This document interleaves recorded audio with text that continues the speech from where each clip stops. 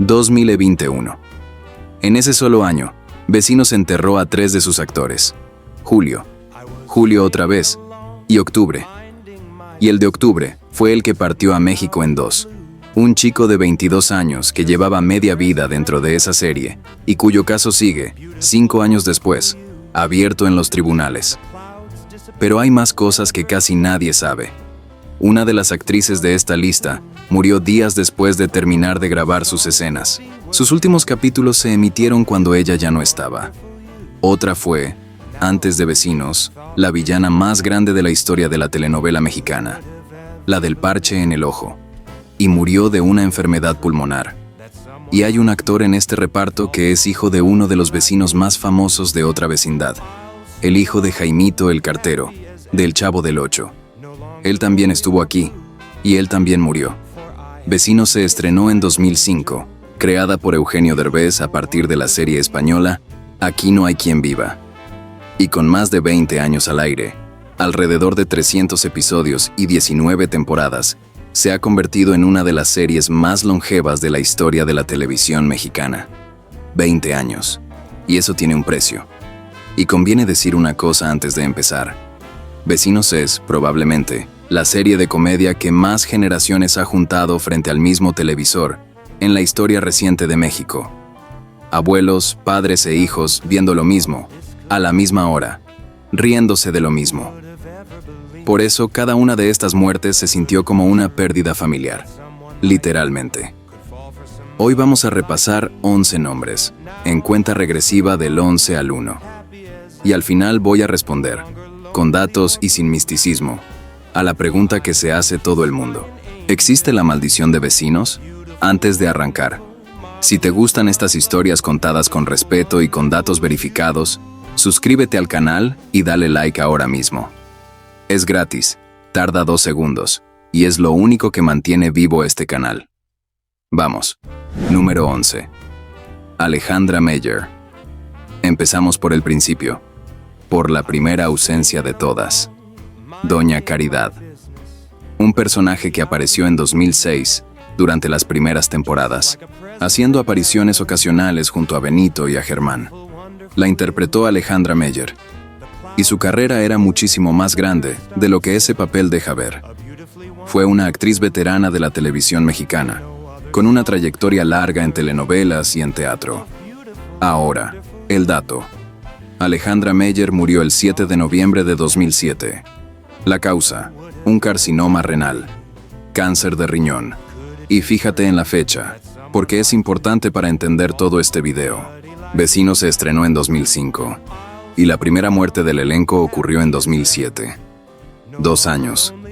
La serie estaba empezando, y quiero que hagas una cuenta conmigo desde ya, porque va a ser la clave del final de este video. Vecinos lleva más de 20 años al aire. 20. Y no es una serie de elenco cerrado.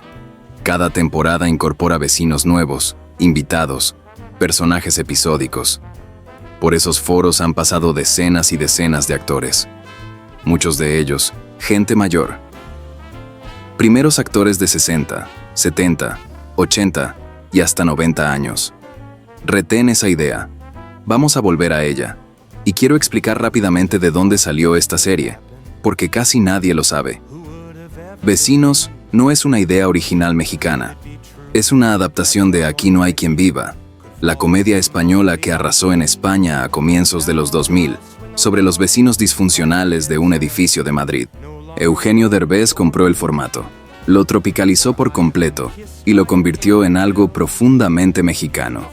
El edificio, la administradora, el vecino conflictivo, la junta de condóminos. Y funcionó tan bien que la versión mexicana ha durado muchísimo más que la original española. Y ahora, el hijo de una leyenda. Número 10. Raúl Padilla. Chóforo. Y aquí está uno de los datos que te prometí en el gancho. Raúl Padilla, conocido artísticamente como Chóforo, participó en varios episodios de Vecinos, interpretando distintos personajes. Y su apellido no es casualidad. Era hijo de Raúl Chato Padilla. Sí, el mismo Raúl Padilla que interpretó a Jaimito el cartero en El Chavo del Ocho, el de Tangamandapio. el que quería evitar la fatiga. Es decir, el hijo del vecino más entrañable de la vecindad de Chespirito terminó, décadas después, en otra vecindad de la televisión mexicana. Y quiero detenerme un momento en esa familia, porque es extraordinaria.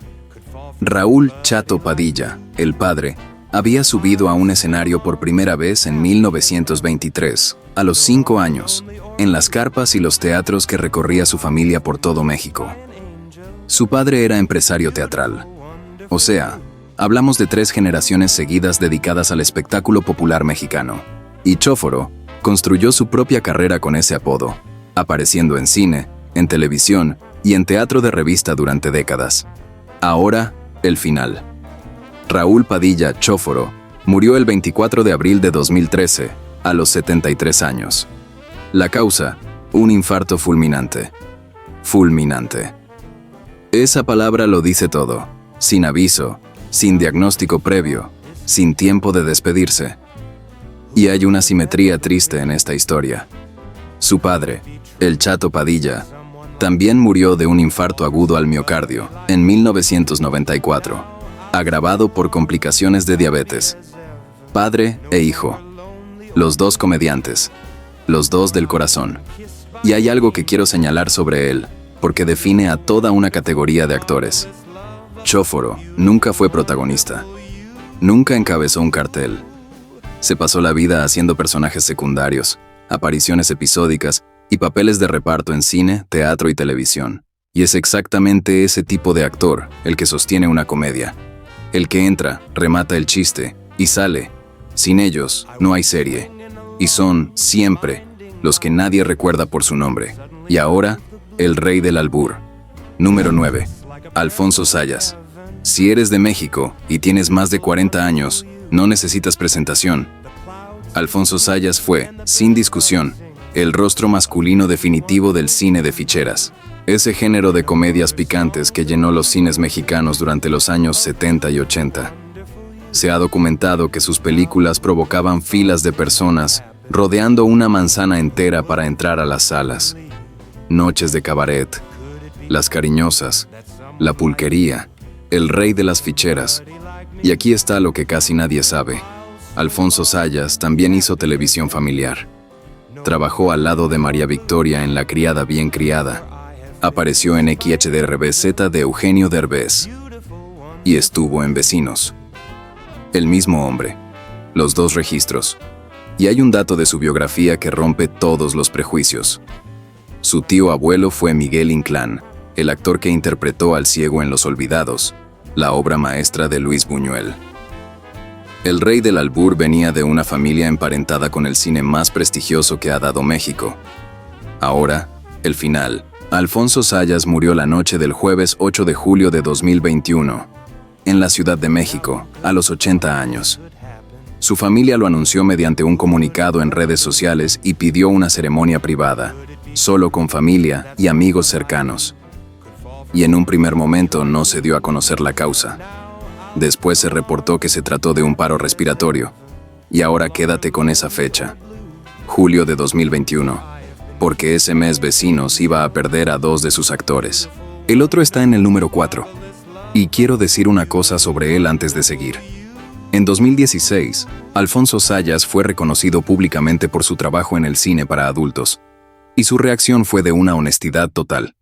Dijo que no lo consideraba un homenaje sino un reconocimiento de esa industria, pero que cuando se trata de una distinción, no importa de dónde venga. Ese hombre no se avergonzó nunca de lo que había hecho. Y a estas alturas, eso parece lo más sano de todo. Y ahora, la actriz que grabó Hasta el último día. Número 8. Yolanda Martínez. Doña Jovita. Un personaje que llegó a la serie para cubrir un hueco en el reparto y que se ganó al público rápidamente. La interpretó Yolanda Martínez. Y aquí está el caso que te prometí en el primer minuto de este video. Yolanda Martínez murió el 5 de febrero de 2018, de causas naturales. ¿Y sabes cuándo? Días después de haber grabado sus escenas. Sus últimos capítulos ya estaban rodados, y se emitieron después, cuando ella ya no estaba. Piénsalo un segundo, porque es una situación muy particular. Los espectadores la vieron actuar, reírse y decir sus diálogos semanas después de su funeral, sin saberlo, como si nada hubiera pasado. Eso ocurre más de lo que la gente imagina en televisión, por el desfase entre grabación y emisión. Pero para el equipo que estaba en el foro, es durísimo. Tienen que seguir grabando la misma serie, en el mismo decorado, con la silla vacía. Y hay algo que quiero decir sobre esta clase de actrices, porque se repite en todo este video. Yolanda Martínez pertenecía a esa categoría de intérpretes veteranas que llegan a una serie de éxito ya con 50 o 60 años de carrera encima. Gente que trabajó en la época de oro, en el teatro, en la radio, en decenas de telenovelas. Y que hoy para el gran público son la señora esa de Vecinos. Y ahí está una de las cosas más generosas que hizo esta serie, y que conviene reconocerle. Vecinos le dio trabajo constante a actores mayores durante 20 años. En una industria que expulsa a la gente en cuanto cumple 60, esta comedia mantuvo en nómina a intérpretes de 70, 80 y hasta 90 y tantos años. Eso no es un detalle menor. Para muchos de ellos, ese papel fue la diferencia entre seguir trabajando o desaparecer del mapa. Si te está gustando cómo va esto, dale like y suscríbete, que apenas vamos por la mitad y todavía faltan los casos más fuertes. Y ahora, Don Roque. Número 7. Polo Ortín. Don Roque. Uno de los personajes más queridos del edificio durante varias temporadas. El vecino mayor, entrañable, con ese humor de abuelo que funcionaba perfectamente frente a los personajes jóvenes. Lo interpretó Polo Ortín. Y este hombre era una leyenda, y no solo delante de la cámara. Polo Ortín tuvo 2 carreras en paralelo durante décadas, la de actor y la de actor de doblaje. Y esa segunda es enorme. Su voz acompañó a generaciones enteras de niños y adultos mexicanos y latinoamericanos en películas y series dobladas al español. Es decir, hay millones de personas que han escuchado a Polo Ortín cientos de veces sin haber visto jamás su cara. Su carrera en televisión y cine arrancó cuando la televisión mexicana prácticamente estaba naciendo y se extendió durante más de 60 años. Ahora, el final. Polo Ortín murió el 16 de agosto de 2016, a los 88 años. La causa, un infarto. 88 años. Y quiero que retengas ese dato, porque es fundamental para el final de este video. Polo Ortín no murió joven. No murió en circunstancias extrañas. No murió poco después de grabar. Murió a los 88 años de un infarto, que es exactamente lo que le ocurre a muchísimas personas de esa edad en cualquier lugar del mundo. Y sin embargo, su nombre aparece en todas las listas de La Maldición de Vecinos. Guárdate esa idea. Vamos a volver a ella al final. Y hay un detalle sobre el doblaje que quiero destacar, porque explica el peso real de gente como él. En América Latina, el doblaje al español mexicano es una industria enorme y con una tradición altísima. Durante décadas, las series y las películas que veía todo el continente pasaban por un puñado de estudios en la Ciudad de México y por un grupo relativamente pequeño de voces. Polo Ortín era una de esas voces. Es decir, hay gente en Argentina, en Colombia, en Perú y en España que creció escuchándolo sin saber que existía. Y ahora, el hombre que hizo posible toda la serie. Número 6. Gustavo Gus Rodríguez. Este no era actor, y sin él, Vecinos probablemente no existiría. Gustavo Rodríguez, conocido en el medio como Gus, fue director de la serie entre 2005 y 2010, justo las temporadas fundacionales, y una de las mentes creativas detrás del proyecto. Y su importancia va muchísimo más allá de esta serie. Gus Rodríguez fue uno de los colaboradores creativos más cercanos de Eugenio Derbez durante décadas. Estuvo detrás del humor de Al Derecho y Al Derbez, de XHDRBZ, de la familia Peluche.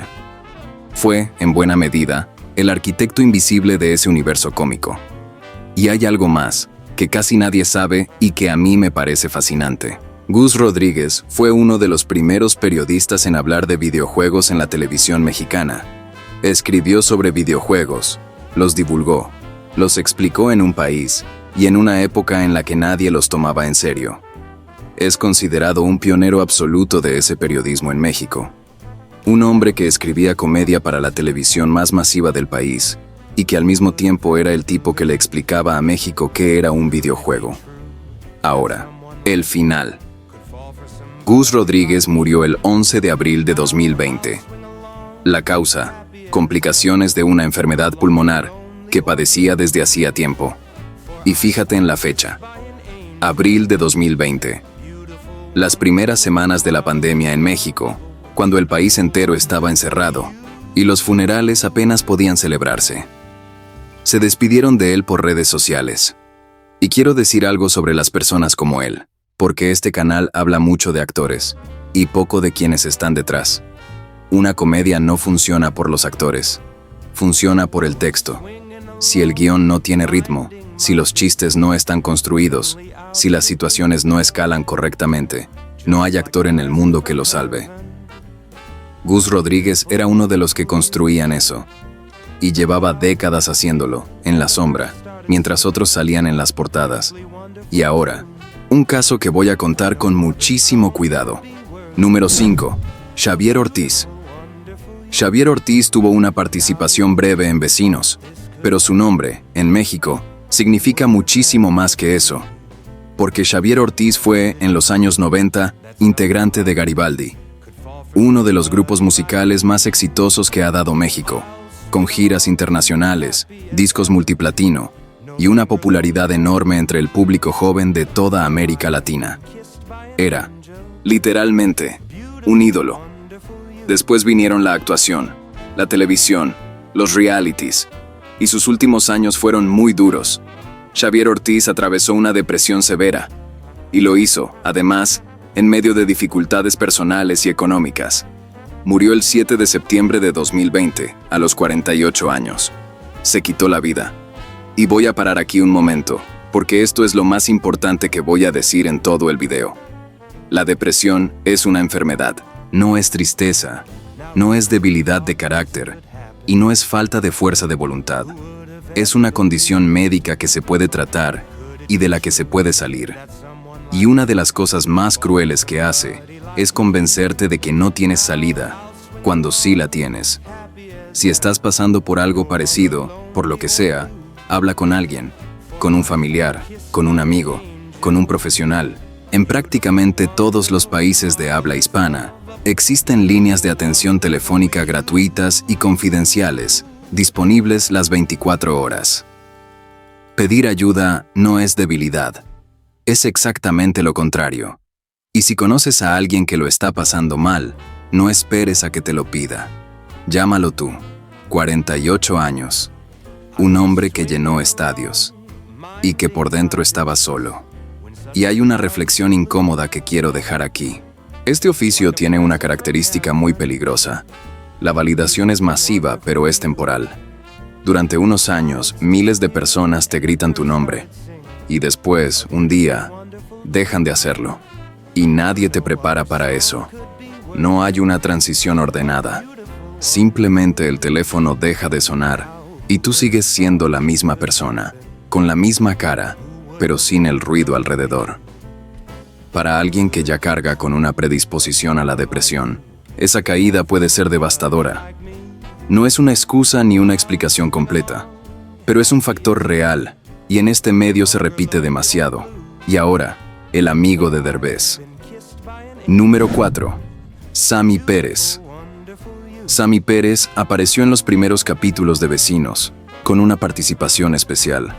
Pero para el público mexicano, Sammy no era un actor invitado cualquiera. Era uno de los colaboradores más queridos y más cercanos de Eugenio Derbez. Formó parte de su equipo durante años, apareciendo en distintos programas y proyectos. Y hay que entender lo que representaba dentro de ese universo. Sammy Pérez tenía una manera de estar frente a la cámara que no se puede enseñar ni ensayar. No era un actor formado, era él mismo. Y el público lo adoraba precisamente por eso. Porque era genuino, porque no fingía nada. Ahora, el final. Sammy Pérez murió el 30 de julio de 2021, a los 55 años. La causa: complicaciones derivadas de la COVID-19, tras permanecer internado durante semanas. Y su caso fue especialmente doloroso porque ocurrió en uno de los peores momentos de la pandemia en México y porque su hospitalización se siguió públicamente día a día, con actualizaciones constantes, con esperanzas y con recaídas. Cuando murió, Eugenio Derbez y todo su equipo lo despidieron públicamente, y las muestras de cariño fueron masivas. Y hay un debate sobre él que conviene mencionar, porque existió y fue real. En México se discutió durante años si el humor construido alrededor de Sammy Pérez era justo o no lo era. Es una conversación legítima y no la voy a cerrar aquí. Lo que sí es verificable es lo que dijeron sus compañeros cuando murió, que era una persona profundamente querida dentro de ese equipo, que llevaba años trabajando con ellos, y que su ausencia se sintió como la de un miembro de la familia. Y ahora suma conmigo la cuenta de 2021. Alfonso Sayas el 8 de julio. Sammy Pérez el 30 de julio. 22 días. Y 3 meses después llegaría el golpe más duro de todos. Pero antes, la villana. Número 3. María Rubio, Doña Zoco, la dueña del edificio. En Vecinos, su personaje fue el que les dio a los vecinos la peor noticia posible, que el edificio donde vivían iba a ser vendido. Y ahora te voy a decir quién era esa señora, porque es una de las actrices más importantes de la historia de la televisión mexicana. María Rubio fue Catalina Creel. Y si eres de América Latina y tienes más de 35 años, ese nombre te acaba de provocar un escalofrío. Catalina Creel es la villana de Cuna de Lobos, la telenovela de 1986. La mujer del parche en el ojo. Y ahí está el detalle que convirtió a ese personaje en leyenda. Durante toda la telenovela, el público cree que ese parche cubre un ojo perdido. Y al final se descubre que no tenía nada. Que el ojo estaba perfectamente sano. Que el parche era simplemente una manipulación más. Ese giro es, sin exagerar, uno de los momentos más recordados de la historia de la televisión en español. Y Catalina Creel es considerada, hasta el día de hoy, la mejor villana que ha dado la telenovela mexicana. Punto. Esa mujer terminó, décadas después, haciendo de casera en una comedia. Ahora, el final. María Rubio murió el 1 de marzo de 2018. La causa, enfisema pulmonar. Y quiero explicar qué significa eso, porque es una enfermedad brutal y muy poco comprendida. El enfisema destruye poco a poco los alveolos, esos sacos diminutos donde tu cuerpo intercambia el oxígeno. Y el resultado es que respirar se convierte en un esfuerzo constante. Subir unas escaleras se vuelve una expedición. Hablar largo cansa. Caminar cansa. Es una enfermedad asociada, en la enorme mayoría de los casos, al tabaco. Y ahí tienes otra vez el mismo patrón que hemos visto en tantos videos de este canal. Una generación de actores que trabajó envuelta en humo, en foros donde se fumaba sin parar, y que pagó la factura 30 o 40 años después. Y quiero cerrar su sección con una idea, porque me parece de justicia. María Rubio pasó las últimas décadas de su vida siendo saludada por la calle con miedo fingido. La gente le decía cosas de Catalina Creel. Le pedían que las mirara con odio. Le preguntaban por el parche. 40 años después de una telenovela. Eso es, técnicamente, el mayor elogio que puede recibir un actor. Significa que el público te creyó por completo y que no te ha olvidado nunca. Y ahora, un monumento del cine mexicano. Número 2. Ignacio López Tarso. Don Lorenzo, el abuelo de Benito Rivers, el suegro coqueto y entrañable de Frankie. Un personaje que apareció en varias temporadas y que el público adoró de inmediato. Y el hombre que lo interpretaba era, sin ninguna exageración, uno de los actores más importantes de la historia de México, Ignacio López Tarso. Y necesito que entiendas la dimensión de ese nombre. En 1960 protagonizó Macario, dirigida por Roberto Gabaldón, y esa película se convirtió en la primera película mexicana nominada al Oscar a la mejor película en lengua extranjera. La primera, en toda la historia del país. Su filmografía es un recorrido por el mejor cine mexicano del siglo XX. Nazarín de Luis Buñuel, Rosa Blanca, El hombre de papel, Días de otoño, y además fue una figura gigantesca del teatro, con montajes que se representaron durante décadas y con una vocación escénica que no abandonó jamás. Y aquí está el dato que lo dice todo. Ignacio López Tarso siguió actuando en teatro pasados los 90 años. 90. Subiéndose a un escenario, aprendiéndose textos completos y funcionando 8 veces por semana. Muy poca gente en el mundo ha hecho eso. Ahora, el final.